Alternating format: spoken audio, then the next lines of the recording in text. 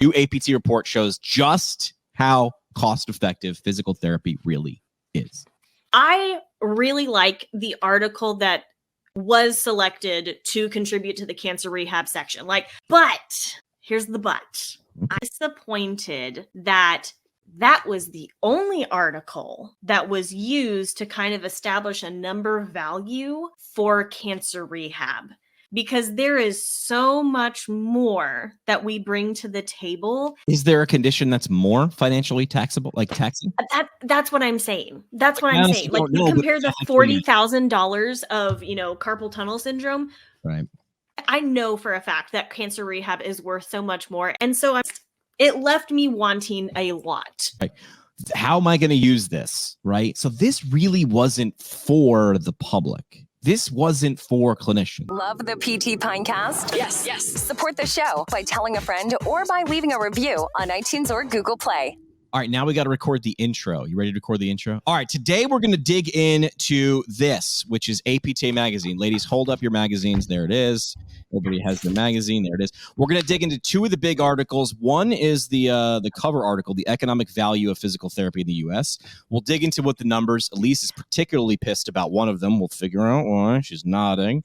The other article is about artificial intelligence and what this is. What's the impact of AI, knowing that we are at the very, very beginning of this thing, how artificial intelligence can enhance physical therapist services, and when PTs should use caution. We are going to dig into that episode. Ladies, are you ready to do this thing? Let's go. Do it. The best conversations happen at happy hour. Welcome to ours. Welcome aboard. This is the PT Pinecast. Here's your host, physical therapist, Jimmy McKay. That's it. Now we have the end to be brought. I wanted the more upbeat music. I feel like we needed this. I call this drunk mariachi. If this is your idea of mariachi, I'm a little disappointed, but that's okay. Drunk mariachi. Drunk mariachi. Drunk synth mariachi. Elise and Rebecca are here, ladies, as we sit just a few days before Christmas. Happy holidays, no matter what you celebrate.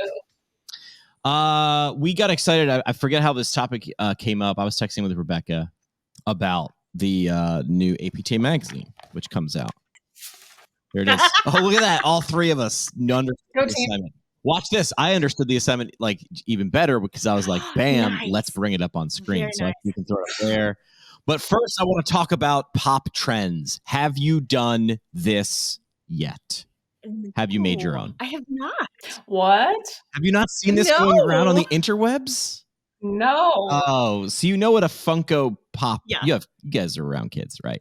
Yeah. A Funko Pop figurine, whatever you want to call those things, because now you can use AI to do whatever. So people are circulating the prompt, and then you just, it's like Mad Libs. You fill in the blank, and you tell it what you want it to do. So I was like, hey, get a podcast, make it a podcaster. So he's holding a microphone.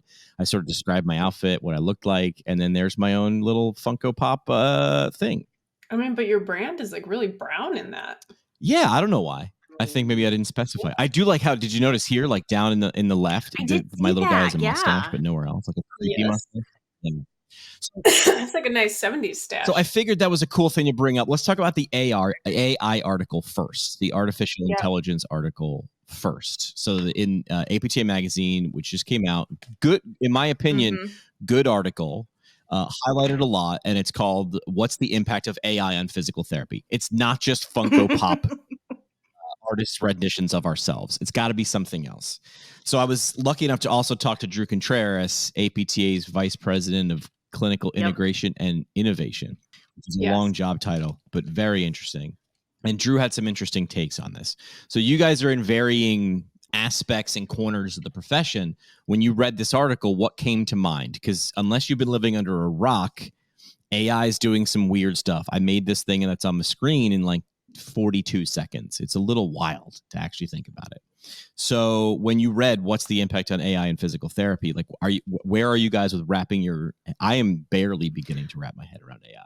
Well, it's interesting because I think one of my first encounters as a physical therapist with AI this year was my performance review was done with ChatGPT. Really? How? Yeah. And basically, like, I filled out a document about what I had accomplished over the past year. They fed that through ChatGPT. ChatGPT did like a really beautiful summary of like what my strengths and areas to improve on were based on the document that I had filled out, and then like a recommended summary at the end. And I read it and I was like, wow, like it really put my year into perspective for me. And if you think about a supervisor of a large team who has like 70 PTs maybe that they need to do performance reviews for, I think you're kind of getting a good way to streamline that process to really see a great summary of what your employees have done for the year, a way to highlight what you can share with maybe your upper management and say, these are the highlights from my team. Like then you can take all those performance reviews, put that through and say, our team as a whole accomplished this.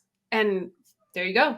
So that was really my first like concrete experience with it as a physical therapist, which is maybe not anything covered in this article, but another way to kind of streamline some of what we do. You could go one step further and say, based on the goals that were given to me 12 months ago and everything I've just explained, what would a fair and equitable raise be for this person? Ooh, I really like that. Based on market values. I really like that. I mean, and then your employee can go like, explain to me why that's not happening. I did not think of that. This is a mediator. This is artificial intelligence as a mediator. I've done that. I'm looking for a new job right now. I almost said homeless. I'm currently unemployed. I mean, I have other things going on, but I'm not homeless. I'm actually in a home, but I'd like to stay in the home. So I would like a job, but I've been doing that where there's this really quick way to just apply on LinkedIn to a gajillion jobs, but I don't want to apply for a gajillion jobs because I don't want to waste my time. First of all, I don't want to waste someone else's time. Also, because I'm nice, but also I don't want to find a different. So what I've been doing is I uploaded my resume to ChatGPT, background, skills, resume, gave it a little explainer, gave it some depth. And then I said, now I'm going to feed you a bunch of different job descriptions. And then I made this fictitious, I was like, break it down into these 4 categories and rate me on a scale of 0 to 100 and how well I match for this. And then is the salary appropriate for that? Like I did all these different prompts and it's spitting out one. I even made up a job based on, I won't say which company, but it's a technology company within physical therapy. They had 2 jobs and one I was sort of overqualified for and one I was sort of like parallel, but not directly qualified for. So I said, take these 2 jobs, combine them, then rank me on these 2 things. And I got a 96.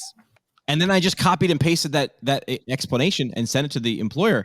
And I have yet to hear back, but I would love to make it a success story. But do you see what it means? It's like, if you can think it, you can do it. So I think now we'll get into specifics in terms of how this can be applied directly to our audience. But finding a job and doing performance reviews is PT, because PT is a business. Elise, what have you played with so far? Is it I haven't made the Funko Pop yet, but that might be a project for later today. I've really leaned into one of the things that I spent a ton of time on, especially early in my career, was making up. It was like all the other stuff around the patient care, right? So I'm thinking of, I was in charge of writing a lot of presentations and whatnot to deliver to different referral sources and to the community in efforts to try and like, hey, you need PT, come and get PT kind of deal. And so I spent a lot of time on that. And what I've really leveraged with AI, especially ChatGPT, is the creation of outlines. Like, I have a presentation coming up. I know what I'm going to present on, but instead of spending all the time that it takes to go from like an idea to a fleshed out, I can accelerate that process by feeding it different information of, this is what I'm looking for. This is my audience, which I think is what we need to be maybe leaning a little more into instead of just, ding, ding, ding. Write me a presentation. It's like, no, these are the people that I'm trying to reach with this information. This is the information you, ChatGPT, need to know about them in order to curate an outline that better fits what I'm looking for.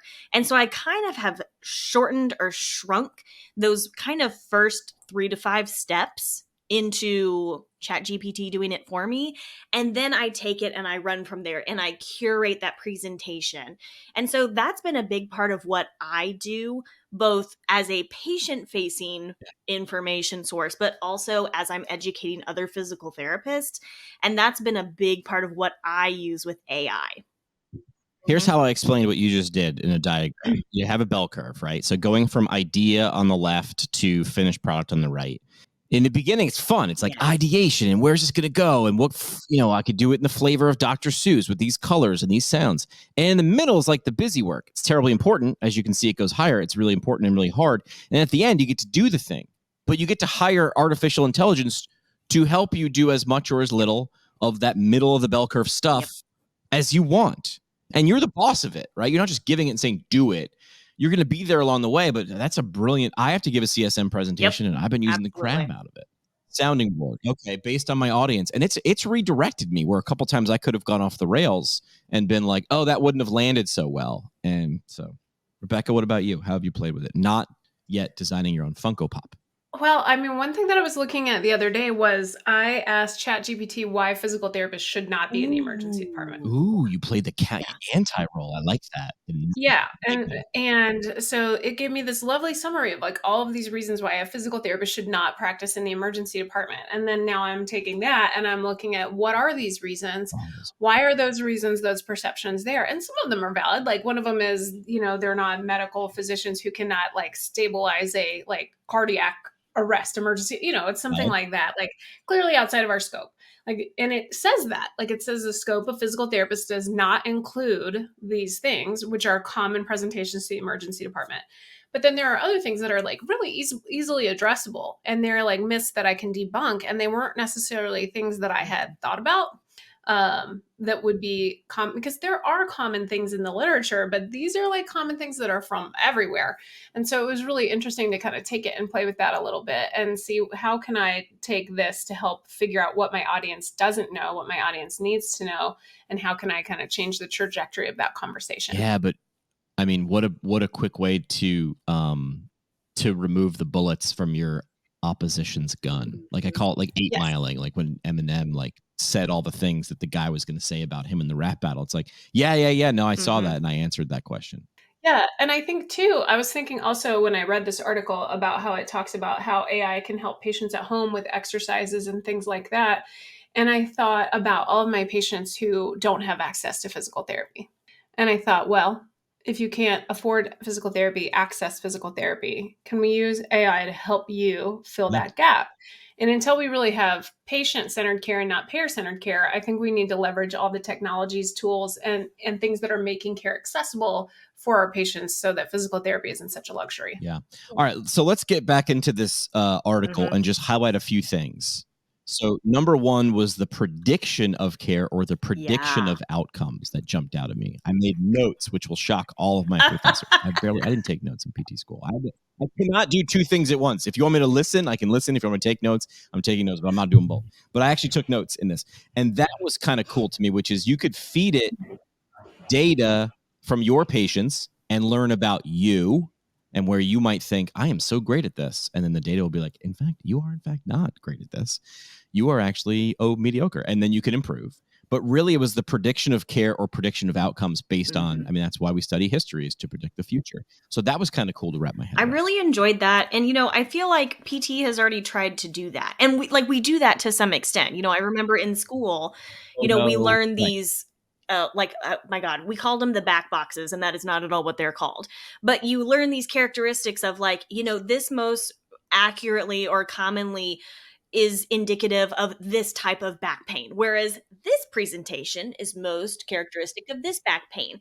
And so I really like that aspect, especially in areas like we're coming out with CPGs and whatnot in oncology, but we are very much behind the ortho world. And so I like that we can leverage this to kind of accelerate that process, helping clinicians get to the point of what is actually happening here and get to treatment faster. But what you just said was memorizing the back boxes. And I did that too, right? You're memorizing stuff. I remember my best friend in 5th grade, he's still my best friend, Brian. He knew every president in order because he was going to be a social studies teacher from 3rd grade on. And he is, in fact, a social studies teacher. And I remember thinking Brian's the smartest guy in the world because he knows all the presidents in order. He just memorized them. And I was like, that's insane to me. But that's not that that's useless right now. But memorizing the back boxes is like memorizing the presidents in order and what party they were and what year, because now that can be done or accessed at the snap of a finger, or I would say right now at the stroke of a few keys. But now it's going to be, it's going to be voice powered. It already is if you know how to do it. So it's like you can spend the time again on the right side of that bell curve, hanging out with the human instead of memorizing the back boxes. And so prediction of care was very and predicting or being able to predict outcomes. People want to know how much it's going to cost me, how long is it going to take, what am I going to get out of it, right? So in terms of outcomes, Rebecca, where'd your head go with that? Actually, I just want to ask you a question about that, like with this like diagnosis. So if I can voice activate that, put that into an AI system, so can my patient. Yes. So do you think that this is going to like decrease the number of patients that come to physical therapy, or do you think it actually has the potential to increase that? Because if I'm putting all those symptoms in, I'm like, oh, the right place to go for this is actually to see a physical therapist. Yeah. So somebody asked me that a couple months ago, and I won't say what organization they work for. Like, how do we, and they didn't use the word rig, but they were like, how do we do SEO with artificial intelligence to make sure when someone puts in this question, we're an answer? And I was like, you're not getting it. This isn't SEO. This isn't like how to structure words properly so that you're the top search query. Like, if you're the answer, you'll be the answer. So I would say like this goes back to improving what you do, what you're good at, and what you're actually providing for someone. I don't know. I think if someone is savvy enough to think and do stuff like that, that they're going to either say that I want someone to help me do this, right? I Google stuff all the time until I hit a ceiling and I'm like, I can't do this. So now I'm going to call a plumber. I'm going to call an electrician because I don't want to blow myself up and flood my basement. I have a controversial point to what Jimmy's saying right here, which is I actually don't think this is going to change drastically the number of people who get into rehab, because I do think like a lot of the issues that we're facing in rehab are still a thing. Like accessible, affordable care is still really problematic, but there is a degree of, if like I'm pretty good at searching for things and finding the answer, like that is a skill that I have. And so a lot of times kind of what Jimmy's talking about is I know that I can find the answer probably if I spend some time doing it. There are some people who are like, I don't like, I could Google it. I'm not going to Google it. I'm just going to go to the professional who can help me with this, whatever that is, healthcare or otherwise. And on the other spectrum of that, on the other end of the spectrum, there's also people who are like, I will not go to, or I cannot go to a professional. And so I am going to do the DIY, thing here. And so I think there's definitely potential to improve and increase maybe the number of people who can access this information, because there is a computer, a supercomputer, an AI who is helping with that. I don't know that it's necessarily going to change how many people get care. Does that make sense? This is how I used to explain to concert promoters. So a concert promoter is essentially a professional gambler. This is a person who has money, and then they know Foo Fighters is on tour. So they're like, I'm going to rent the local venue on me. I'm going to set the ticket price, and I'm going to pay for Foo Fighters to come here for a night. And then I'm going to hope that enough people buy tickets at this cost to cover the venue, cover Foo Fighters, and make me some money, right? And the way concert promoters would do that is they're just playing the odds. So like, they're understanding that there are X number of Foo Fighter fans that are always going to go to the show. And there are X number of people who are never going to ever like Foo Fighters. Right. I'm going to go to the show. So is Rebecca. And there's people in the market that are just like, not my thing.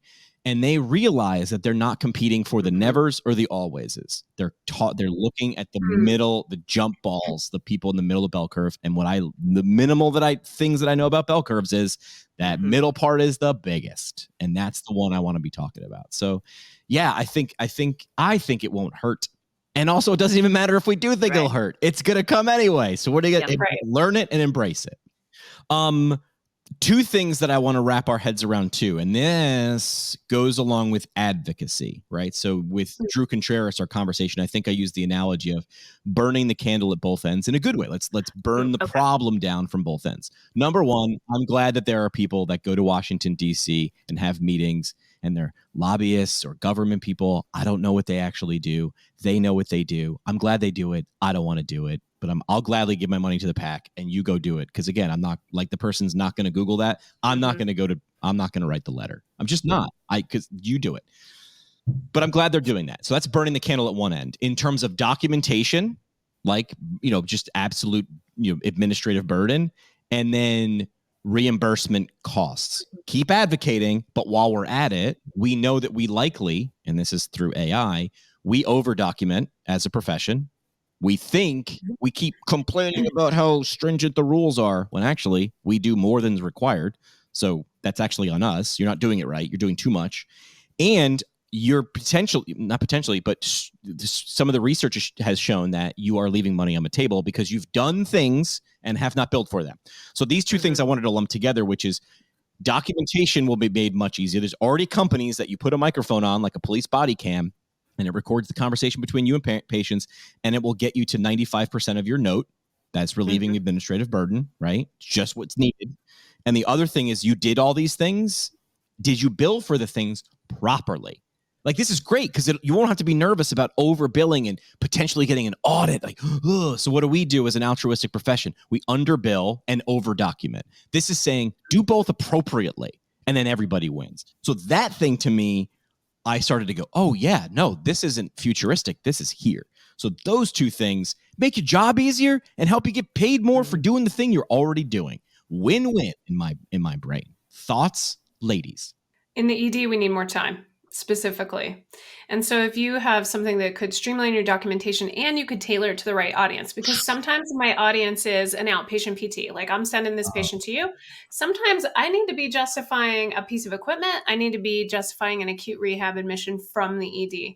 So if we could like streamline that and manage to have that tailored to the right audience, so it was the most effective, not only the most efficient, I think that would be a huge time saver. Huge. Again, there's that bell curve again. You get to do the fun part on the left side of that bell curve where it's high fun, low lift, which is talk to people and figure the stuff out, right? And more people. We can help more people. Correct. Elise, where'd your head go with what I was laying down there with documentation? Yeah, I like it. It is interesting to see. So I used to work inside of a facility where the physicians and nurse practitioners, they actually would do their eval or whatever with their patient. And then immediately after the visit was done, like they would take some notes, but immediately after that session was done, they usually had like an allotted time where they would get on camera with a scribe. Thank you. I was like, stenographer is not the right word. They would get on camera with a scribe and they would literally just of, what they had from the session. And I think there's two ways that I kind of go with this. Having AI recording as we go would help eliminate any memory issues. Like if I forget that I did something, that's helpful. Yeah. But at the same time, this is another tool that I think sometimes AI is touted as like, this is the next big thing. It is. But is it maybe doing the job that we've already figured out ways to do things? And this is kind of people jumping on the train of like, this could solve all of my practice problems. Actually, probably not. It's the systems and the procedures you use to do something. And so I love the idea of what Rebecca was talking about as far as, this could help us reach more patients and deliver care to more people, which is what we are always looking to do, and best care possible, right? Not just more, but like good care, great care for all. But I think I foresee that people are going to get on this train and then get discouraged and fall off because it's kind of a replacement for maybe a system that we need to start with the system first or the procedure first and then find the tool that's most appropriate. Right. As Marcus Lemonis points out, he's the prophet. Have you ever watched The Prophet? He's kind of like, he's great. He's like a one-man Shark Tank. Like someone calls him and goes, hey, my business is great, but it's failing. He comes in and he's like, I have money and know how to run businesses. And then he like walks around their it's almost like undercover boss, but he's not undercover. And he's trying to figure out like what's wrong with businesses. And if he had to go into every business and start from zero with no framework, he wouldn't be able to do it. So he has this framework and it's super easy. And it's called the 3 Ps: people, product, process, what you just talked about. And he's like, the problem is if you actually have a business worth saving or worth his time, he's like, there's a problem in one of those 3. Maybe you have a great process and a great product, but the guy at the front desk is a dick. Like that that can sink your business, right? Or maybe like he had one where it was like they were making key lime pies or something like that. That was the business in South Florida. And their process was just like, why does it take you like 4 days to go from order to shipping. He's like, that needs to be, we need to measure in hours. And he's like, we can solve that problem. So I think this is a process enhancement opportunity. But I don't think it replaces people. Well, I mean, scribes might not need to be there. I mean, imagine having, who's the woman who writes the ethics Oh things my God, in I APTA love her Magazine? stuff. Kirsch? Yes. I don't like ethics at all. They're boring. But when she puts a problem, I'm like, oh, okay. The way she writes it. But imagine having her sitting there in your office. There's no way you could afford that, right? Just to have you could, but you could. So it's like, does it add a person to your process to enhance your product? There's a lot of P's there. Rebecca has some. But I think that there's a way for it to like add you back to your process. Very much so. Because I actually went to see an orthopedist who used Alexa to record the entire encounter. And then I assumed that they generated their documentation based on that. And I had to sign a thing saying that Alexa would be recording the encounter, and it was fine. But the individual is much more present during the session. Very much. So I think if we can improve our processes to the point where we don't have to sit in front of a computer that whole time, that we can actually be fully present with the patient and not be worrying about writing stuff down, and we can like focus on the people first connection, then I think you have people, product, and process there, right? Yeah. Because your product is actually your education, the time you spend with the patient, your attention, your intention. Most of what we do is we do not sell a product. We sell an experience. And I think that's where the rules of the Four Seasons, the Ritz-Carlton, like we should, but I'm not saying that, we throw out the anatomy and physiology and brain science. I'm not saying that, but I'm saying like, understand that this is a service. So imagine you could sit in class in PT school and something could be listening while you're listening and give you those notes, and you could be present. Because that was my problem in PT school. I'm like, I can't write or type and be listening to Julie or Sky or whatever and get the context. Also, why am I there if I'm just going to jot down some notes, right? If I'm just going to be a scribe in my own class, like I sort of want to like listen. So I agree with this. I think it can enhance quality. I think because it can enhance quality and make it a better experience for the therapist and the recipient of care, you can do it better. I think you could do it faster. And because you can do it better and faster, I'm not a mathematician, but that feels like cheaper. And when you win at cheaper, they win at cheaper, and we all win at cheaper. Other things that we talked about too, now, like motion capture technology, that's been around. That's getting easier and easier in terms of the tech angle, but it's always been like, and this is what I was taught, and I graduated in 2016. It's like, that's nice, but I need it to be fast and like actionable. But now AI can sort of look at all this data and be like, hey, I can give you some actionable results from all this razzle. It's cool that you have $50,000 in computers and the cost of those things are coming down. But now I need it to be actionable. I need it to be quick. I need it to be billable. And I feel like AI helps you close that gap on that in terms of motion capture or things that we measure movement. Because as the way Drew put it the other day too, I think it was Drew. I talked to a lot of people. He was like, in our profession, our doctoring profession, our most commonly used thing is 2 pieces of plastic with a bunch of notches on it to measure joint angles. And a lot of times we're doing it over jeans. It's like, come on, how accurate can that be? But can this help close the gap, and make it simple and actionable? And the question isn't, the answer isn't, yeah, it could. It is. It's able to do that now, like yesterday. So that's kind of fun. What else did you guys take? I feel like those were the big points: prediction of care, outcomes, underbilling, overbilling, documentation, sort of freeing us up to do the thing. What else am I missing? What else did I not see? I liked the little part about using ChatGPT to help drive some of your treatment choices. Now, I'm not saying that we should say, hey, how should I treat this patient every time? But I think we've all had that patient where we're stuck or we're kind of running out of good ideas, or maybe they're not connecting with the ideas that we have. And not everybody has another therapist in the clinic with them. Correct. Not everybody can be like, hey, can we talk this out? And if you could just in preparation for your patient coming in, come up with some different ideas. It might even just spark something. You see an idea there and you're like, oh my gosh, I totally forgot about that. Or I've clearly overlooked that. Or my biases in my treatment planning and pathway have directed me this way. But AI doesn't have a bias, right? It just gives you the information. Yeah. So if we can use that to help us take off our blinders a little bit and expand directions of care, I thought that was cool. Like, I didn't think about that at all. How often do we get stuck in radio? We'd call them crutches, right? What we mean is when the song's ending and I'm coming on, I start a sentence the first couple away, and I get into a rut. And then I found that my crutch in clinical practice was the same damn exercises over and over again, right? And how do you get in that rut? AI could look at what you've been done and be like, hey, see what you're doing there. But maybe the patient, because our brain craves novelty, maybe the patient would be this. So it's, again, you could use it as a way to remove your brain. You could. I don't think that's a great idea. But you could use it as a way to, as it be another person. I mean, you've sat next to PTs and be like, hey, so I got this patient. And everybody's like, ooh, spill the tea. What do you got here? Something, I need some help. Using that as a tool feels like everybody wins. It really does. All right, second article. Is there anything else you guys wanted to add about the AI article? You can also make your own. The only thing I wanted to add based on that, so I highlighted a quote from one of the contributors, and it says, "We as PTs have been working with handheld tools like a regular screwdriver," which I really appreciated. And they equate, or they, kind of compare AI is now like going from a screwdriver to a power tool. And again, like, you can get more stuff done and it's less effort on you to get the thing.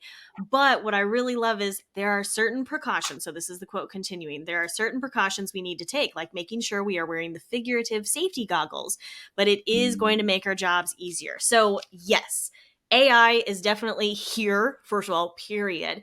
It is going to make our jobs easier if we leverage that tool appropriately. It is ultimately another tool in our back pocket to use potentially with our clients, with our patients, but we do have to approach it with a caution, or with an awareness that we can't, again, we talked about, you can't remove your brain totally. You still have to use your brain in all of this, because you are ideally, the doctorate level trained professional who is working with these patients. And so again, you can't turn your brain off is what we're saying here when you use AI, but man, it can be great to have another just person or computer to bounce ideas off of sometimes. And I've really found a lot of value in that. Credit to CJ Morrow. CJ, that was CJ's quote. She's on the APTA's. Have you guys heard of the First Council? Frontiers in Rehabilitation Science and Technology, or First Council. I'm on their emails. They talk about some interesting stuff. I like emails like that, or email groups like that, because it's very voyeuristic. You watch these people go back and forth. It's like probably the worst way to communicate, because essentially it's just a giant reply all, and there's no way to get off of it. So as soon as you get on one of these threads, you're on it for life, unless you change your email address. But it is kind of cool to watch what people are talking about and just sit there and go, like, you don't even have to chime in. Like, so I sort of like that. So congrats or kudos to CJ for making that power trend analogy. So the front page, the centerfold article, the economic value of physical therapy in the United States. I do love how the image is just PT and a guy with TheraBand. I'm like, all right, cool. And then we use the most like vanilla, like down mayonnaise image. Whatsoever. Whatever. I'll nitpick. It's hard to. That article is not about innovation, Jimmy. I know. That article is about tradition. It is about. All right. So talk about this article. Who wants to go first? So this was essentially the centerfold article, or the cover article. Economic value of physical therapy. New APT report shows just how cost-effective physical therapy really is. Elise has feels. I came with Elise notes. Has a lot of, you can tell. A lot of notes. I had a lot of notes. So again, I come from the cancer rehab world, okay? And so that is very much my bias coming into all of this. I really like the article that was selected to contribute to the cancer rehab section. Like, I have no notes on that article itself. It is a great article, because what I really love is that it actually includes a patient population that has been historically excluded from research, which is patients with advanced cancer. So that is really, really exciting from the oncology world. But here's the but. I'm disappointed that was the only article that was used to kind of establish a number value for cancer rehab, because there is so much more that we bring to the table. And I mean, don't get me wrong, like $3,500 is significant, especially when we're talking about a condition that is as financially toxic as cancer is. But Is say there that one again. that's more? Is there a condition that's more That's what financially I'm taxable? saying. Like That's what taxable? I'm saying. Like, you compare the I honestly don't $40,000 know, but of, carpal tunnel syndrome. I know for a fact that cancer rehab is worth so much more, and so that kind of hurt my heart of like, it's just $3,500. Like, we're just quantifying $3,500, and it's interesting because even as far back as 2012. That I found, there's an article by Nicole Stout et al. Called Breast Cancer Related Lymphedema, comparing direct costs of a prospective surveillance model versus a traditional model of care. And they quantified the thousands of dollars that they were able to save patients based on the 2009 physician fee schedule from Medicare. And that was years ago. And so it left me wanting a lot. Well, if you're going to ask someone called the Onco PT what she thought about this article, and one of the conditions that APTA analyzed was, in fact, cancer rehabilitation, you had to know she was going to go there. But let's give context. So this was a report done with people who know how to do math. True. And they looked into, because we say PT is valuable, the next question should be from those people, how valuable is it, right? So this was a first attempt at 1, 2, 3, 4, 5, 6, 8 conditions. You mentioned cancer rehabilitation, carpal tunnel syndrome, stress urinary incontinence, vascular claudication, acute low back pain. Came in a little lower than I thought it would. Osteoarthritis of the knee, lateral epicondylitis, that's tennis elbow commonly referred, and falls prevention was a little lower than I thought it was. But it's an attempt. Right. It's in a first attempt at learning of putting an actual value to these conditions. When PT is used with these conditions instead of other things, how much money? So first and foremost, this report came out, and this is where if I ever worked for APTA, I would just put earmuffs on for the first 48 to 72 hours whenever something like this comes out. Because everybody who hates you this is the far left of the bell curve. They're never going to like you. They're all going to hate you, right? How am I going to use this, right? So this really wasn't for the public. This wasn't for clinicians. So we talked earlier before, know your audience is step number 1. This was for people in boardrooms and DC and very tall buildings that have pens that make decisions on how many visits or how much money is spent on these conditions and all of the conditions. So let's be very clear about who this was for and why was so much money spent on this. Because those boardrooms with those pens and those chairs and those views and how tall those buildings are, they make decisions for the clinic in Idaho. I'm not knocking Idaho, by the way. I'm here for you. But that's what this report is for at the most basic level. You don't have to read the article. I did. This is a tool for people who meet and make contracts and shake hands and sign on dotted lines to say, you asked for numbers, you wanted pages of data and where I got it, and you want to see our math. Here is our math. We're not saying this is the perfect math, as Elise just highlighted with cancer rehabilitation, but it's I don't want to say first shot. I'm sure other shots have been done, but this is the most recent, robust opportunity to put a bottom line on our profession. And we're going to keep doing this because this is hard and it's dense and it's complicated. And I'm glad someone else has a calculator and is doing it, and it's not me. Rebecca, you have not chimed in on this article.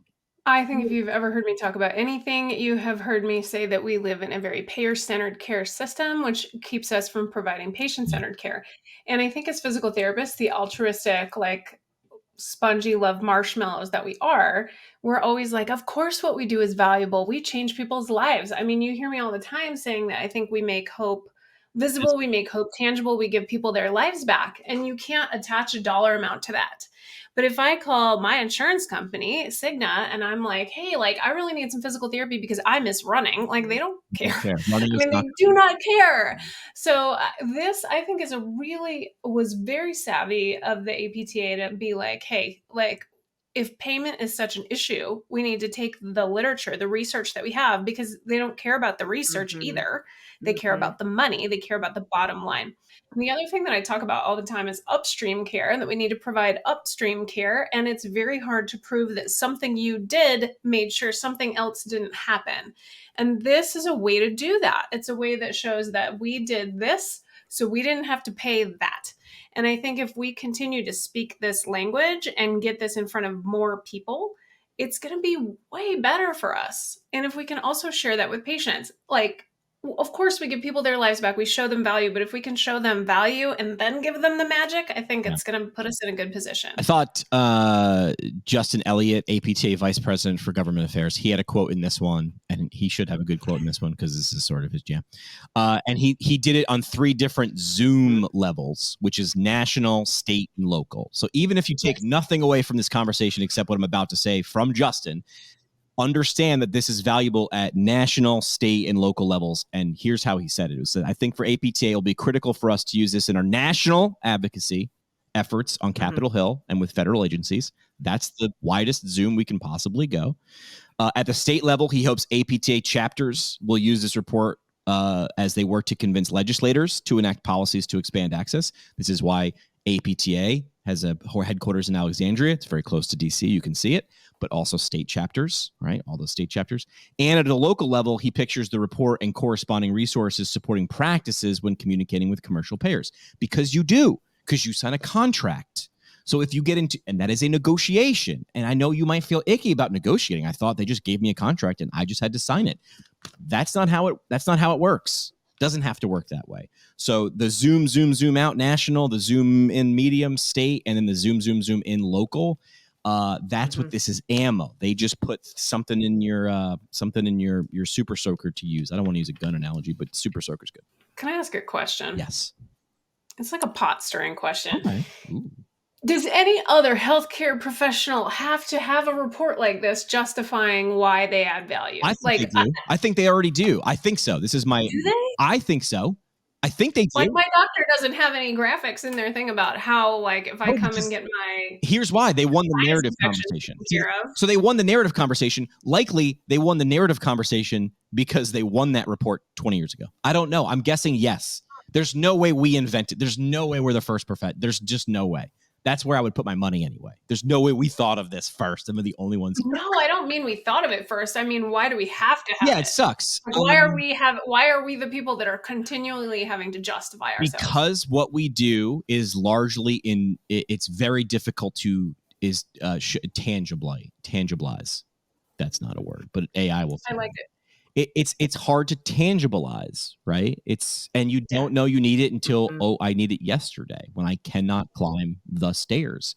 And then everybody's sitting around going, whose problem is it? And to quote somebody else, that's the definition of innovation, which is find a problem. Everybody looks at it and says, not my problem. This isn't my problem. That's someone else's problem. So this is our problem. We own it. And now we need to say we have to quantify it.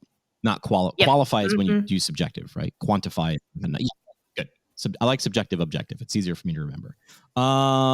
Anything else? Oh, I wanted to read the numbers too. So you mentioned cancer rehab, $3,500, carpal tunnel, $40,000.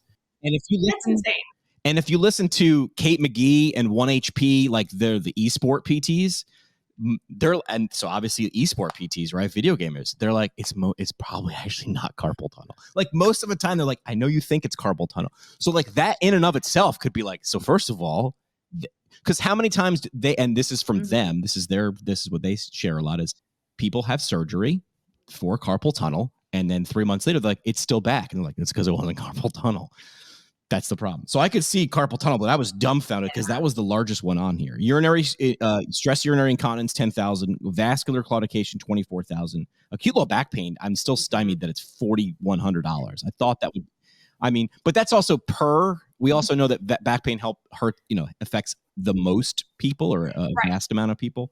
Prevalence. Osteoarthritis prevalence. That's a better science word. Osteoarthritis of the knee, $13,000. Tennis elbow, $10,000. Falls prevention. I was shocked too because we know what a fall can do. So I would question that and low back pain. Falls at $2,100 and low back pain at $4,100. I'm like, that feels like because like you go lost revenue alone. Inability to work with low back pain. And also if you fall down, it's very difficult to work. Or now you need caregivers and you need, So those two numbers, I'm sure the math people could show me why that was. But those two I was like, oh, I thought those would be the bigger numbers. But that's just me. Someone will comment on this and explain to me why I'm wrong or why my gut is wrong. Or I'll just type it into AI, guys, and we'll call it a day. Hey, Jimmy. Yes. Here's why we're wrong. Is there anything else that you guys wanted to talk about with these articles before I let you do your parting shots? Well, I really like this little bit that it has with each graphic that says outperforms usual care, including all of the hidden costs of your time, pain, missed life events, and the dollars paid for services. Like I'm living this right now in my surgical recovery. And I'm thinking, I haven't worked in a really long time. I missed an event that I really wanted to go to. Oh, Like yeah. all of these things. Like all of these things. And to me, like, that little summary, it talks about the financial cost to you, but it also talks about like the cost of your life and that which is more valuable. And if you can have both of those things together, That's the sweet spot. that's where we bring the hope back. Yeah, it's do you remember that commercial a couple holidays ago? It was almost a mini movie where it's like this older dude who's going out to this woodshed and you don't know what he's doing, and he's doing the kettlebells and what he's doing, he's lifting his granddaughter. It's like that's a story. You can't put that as a goal somewhere, right? That's not a goal. But is that valuable? I don't know, man. That guy, in theory, lived his whole life to do that, to lift his granddaughter to put up a holiday ornament at the top of the tree. How do you quantify that? This is a shot at doing that. So if you don't like the first one, then let's do a better one next time. Yeah, and I do think they did do a good job of acknowledging that within the article. Of they literally said this is the start, right? This is the beginning. It is not the final. And I do think one thing that I do want to, it kind of pulls in again. Rebecca said earlier, we're the soft, warm marshmallow, physical therapists that we are. This does not necessarily reflect optimal clinical practice, but instead represent a plausible average physical therapy episode. So I do feel like they acknowledged it to an extent, but still, I mean, again, we're operating over on the fluffy marshmallow, get the old guy to where he can lift his granddaughter up to hang the ornament on the tree kind of goal, right? That's where we want to be. I do acknowledge that there are they tried. I do appreciate, Jimmy, the context you put on it of we're not really the target audience of this report. And I do think that does help me feel a little better, but I mean, just $3,500. But the report is for us. It's for someone else to use to speak for us in numbers. Put it that way. It is for us, but it's like, dude, this is a way to go about it. So there's a lot of people that went into this. I'm seeing Ellen Hillegas. I know Ellen. Julie Fritz, Greg Bennett, Jason Falvey, who's been on the show, Kate Minnick, and Janet Shelley were the co-chairs. So thank those people who did that, because I know something about serving on APTA committees. It is a thankless job. Like, these guys probably had to defend this 1,000 times on Twitter and whatnot to people for no reason other than doing the thing that was asked for them that we probably can benefit from. All right. Do you guys want to do parting shots? Cool. Let's do it. Sound less excited, though. This is the Parting Shot. Parting Shot brought to you by another APTA organization, APTA Orthopedics. Find them online at orthopt.org. Their industry-leading current concepts of orthopedic physical therapy is available now. It's a nice roadmap from wherever you are in your career to maybe taking that OCS exam, getting some letters after you name. You want the letters. What you want more is the little badge flag at CSM to say OCS. That's what you really want. You want the badge flag. All right, Elise, we'll go with a parting shot for you. What would you I'm always biased, of course, towards cancer rehab, but I think what we've talked about today is really a springboard to just catapult our profession forward in showing up better to serve our patients and to ensure that they get the care that is most appropriate. I wish there was a little more oomph behind kind of what was talked about in cancer rehab today, but I think it really is just the start. And now it's on us to take it and run with it. Becca, parting shot. So I would say that when we are thinking about our value as physical therapists, particularly if we're feeling burned out, that there is value in both the intangible and the fiscal of what we do, the physical and the fiscal. Yes. And you can see that there in black and white, and you can share that, and you can know that you're making an impact on your patients, both in a patient-centered and payer-centered way. And I would also say that I think we need to consider using AI to put the personal touch a little bit more back in physical therapy. So if we leverage that appropriately, it's not going to replace us. It's going to restore us. Ooh, I like that. I think both of the topics we talked about today help us tell stories and amplify the things that we're already good at. I talked about this before. One of the principles in marketing is make the invisible visible. And I think this does this with math, and it can do this with value. It can also just be a tool. I don't think AI will replace people. I think it'll replace people or smoke people who are not, in fact, embracing the tool. So they say the best conversations happen at happy hour. Thanks for coming to ours.